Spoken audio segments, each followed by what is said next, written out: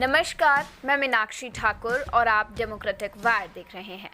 उत्तराखंड के पहाड़ों की खूबसूरती से अलग जब समस्याओं पर बात होती है तो पलायन सबसे बड़ी चुनौती निकलकर सामने आती है।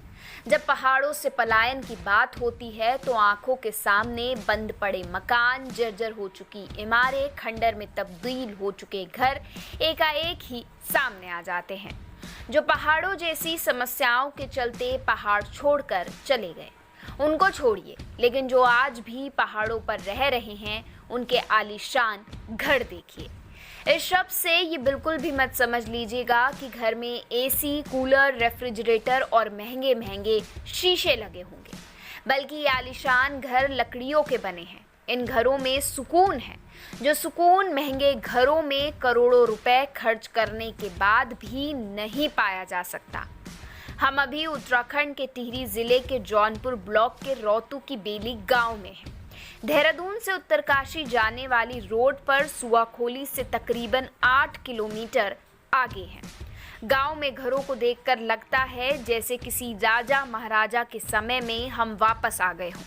लकड़ी से बने हुए महल नुमा बड़े बड़े घर और उसमें दर्जनों दरवाजे और चौखटे। रोतू की बेली गांव में हम इस वक्त हैं और यहाँ के गांव के घरों की खास बात यह है कि आज भी यहाँ पुराने आर्किटेक्चर की आपको बेहतरीन झलक मिलेगी, जिसे देखकर आपको राजा महाराजाओं का वक्त जो है आप उस वक्त में लौट आएंगे। आपको इन घरों की साज सज्जा और लोग जिस तरीके से इन घरों की देखभाल कर रहे हैं वो वाकई बेहतरीन है, वाकई काबिले तारीफ है कि आज भी जिस समय लोग गांव को छोड़कर या पहाड़ों को छोड़कर शहरों की तरफ भागते हैं, ये लोग आज भी अपने पुराने मकानों में उन पुराने आर्किटेक्चर्स के साथ और उन पुराने आर्किटेक्चर्स को भी इस वक्त में जिंदा किए हुए हैं, उन्हें देखभाल करके जिंदा किए हुए हैं। ये बहुत ही सुंदर सी, प्यारी सी, छोटी सी बालकनी भी आप इसे कह सकते हैं, गैलरी भी आप कह सकते हैं। सामने, बिल्कुल ठीक सामने पहाड़ों का नज़ारा है। मौसम जैसे ही सुंदर हो तो आप इस बालकनी में आकर देख सकते हैं, पहाड़ों के नज़ारे का लुत्फ़ उठा सकते हैं। बहुत ही सुंदर है, दूर दूर तक हरियाली दिखती है, दूर दूर तक पेड़ दिखते हैं। शहर की भागती दौड़ती ज़िंदगी से ऐसा लगता है, अगर आप इस गैलरी में आके खड़े होकर एक पल के लिए रुकें और देखें तो ऐसा लगेगा जैसे शहर की भागती दौड़ती ज़िंदगी से रुक के कहीं समय जो है थोड़े वक्त के लिए थम गया हो, बहुत सुकून में थम गया हो। कितने साल पुराना है ये घर आपका? बहुत पुराना है। फिर भी 100 साल से ऊपर। अच्छा, 100 साल से ऊपर। और क्या जैसे गांव के शहर के घर होते हैं ईंट बजरी से मिलके बने थे, ये इसमें क्या क्या मिलके बनाई है? पता नहीं यार, इसमें मिट्टी पत्थर होगा और लकड़ी। अच्छा, तो दीवार का है ये। शहर के घरों में इस टाइम बहुत गर्मी बरस रही है और यहाँ इन घरों में कैसा हाल है?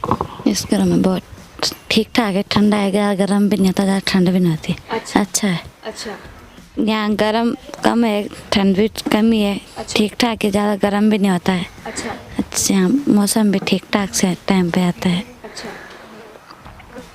कितने कमरे हैं इस घर में?